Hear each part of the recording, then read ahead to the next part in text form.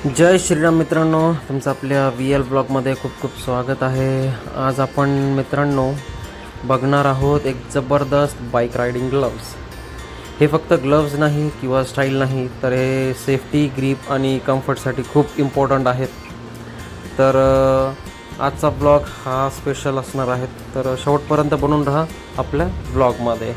आणि सगळ्यांना पण माहिती आहे की उन्हाळ्यात मोस्ट ऑफ टॅनिंग होती, जशी माझ्या हाताला झालेली आहेत, कारण माझं बाईकवर फिरणं खूप आहे आणि माझी स्किन पण खूप टॅन झालेली होती याच्या आधी.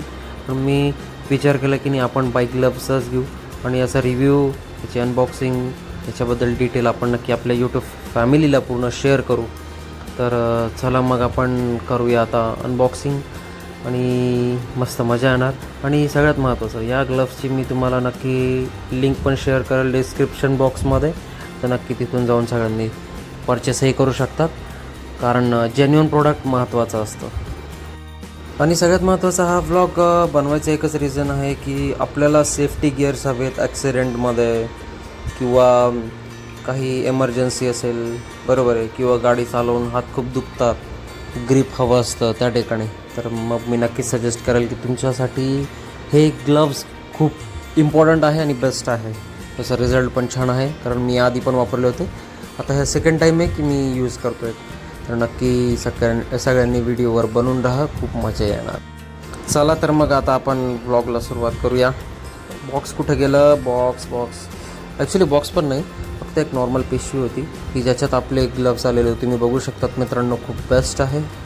आणि अनबॉक्सिंगसाठी म्हणजे एवढं काही विशेष तर नाही आहे, फक्त आपण पिशवी ओपन करायची, त्याच्यात ऑलरेडी ग्लव्स होते, बस. बाकी काय पॅम्पलेट वगैरे असं तर काय आलेलं नव्हतं.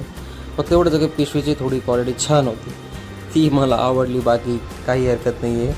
तसे ग्लव्स तर तुम्ही बघू शकतात, खूप बेस्ट आहे. क्या बात आहे, वाव. आणि चला मग आता पटकन वेअर करू. बघू शकता तुम्ही मित्रांनो, ब्लॅक आणि ग्रेमध्ये मी कॉम्बिनेशन असं घेतलेलं आहे. तसं मी कॅमेरासमोर आणतोच आहे समोर अजून, जेणेकरून तुम्हाला आणखी छान दिसेल. चलाला असं कम्फर्टेबल आहे खूप, तसं खूप मस्त आहे. आणि ही जी मी साईज मागवली होती, तर ही जी आहे XXL होती. आपला जो पाम असतो त्याची साईज जी आहे त्या पद्धतीने आपण जे आहेत ग्रिप ते मागवायचे असतात, जेणेकरून आपल्याला रायडिंगच्या वेळेस किंवा कंटिन्यू गाडी चालवताना अनकम्फर्टेबल फील व्हायला नको. आता या साईडला पण तसं उजव्या आणि डाव्या साईडला खूप कम्फर्टेबल वाटत होतं. बघू शकतात तुम्ही, मस्त दिसते, क्या बात आहे. आणि तुम्ही तर फ्रंटला बघू शकतात, माझ्या म्हणजे फिंगर्सवर सुद्धा त्यांनी ग्रिप दिलेले होते प्लास्टिकचे.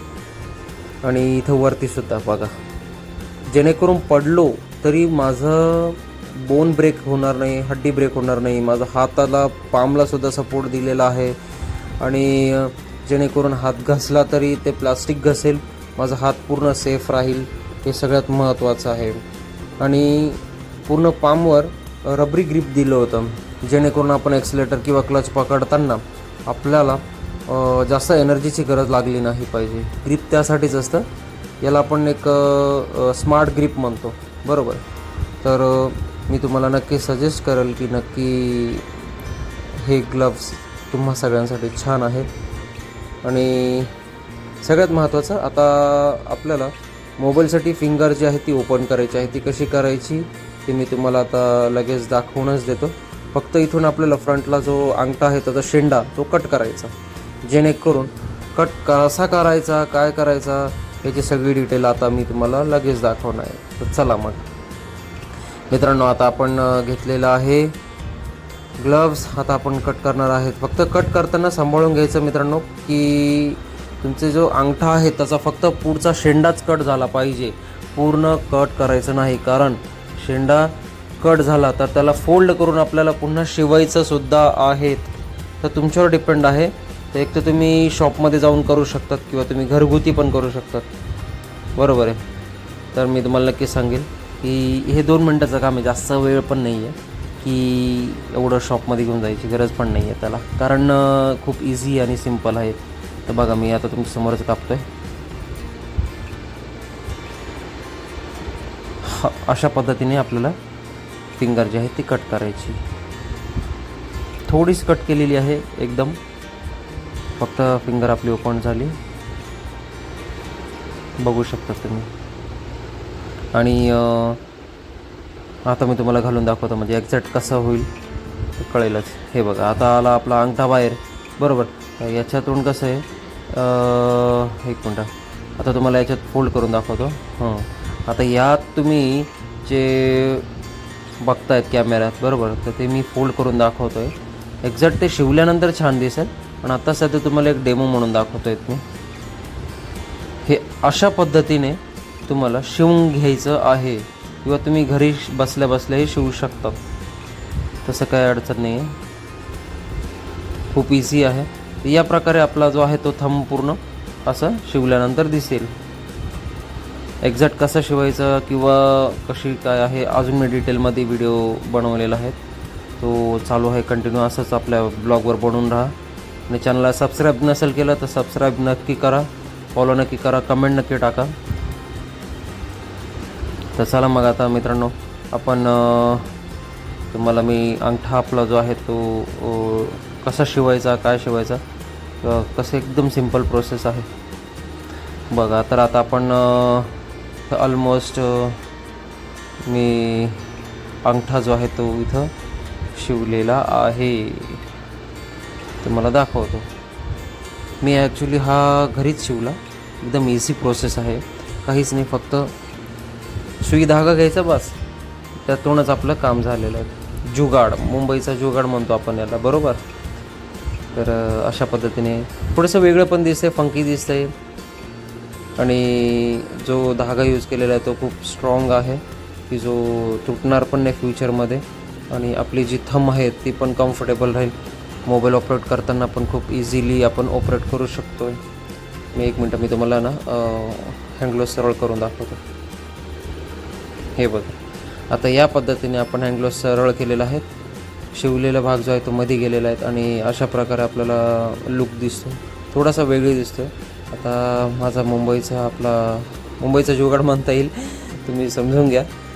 सगळ्यात महत्त्वाचं की आपल्याला मोबाईल ऑपरेट करता आला पाहिजे, हे महत्त्वाचं टार्गेट आपलं कंप्लीट झालेलं आहे. म्हणजे आपल्या स्किनवर टॅनिंग पण होणार नाही, मोबाईल पण ऑपरेट होऊन जाईल.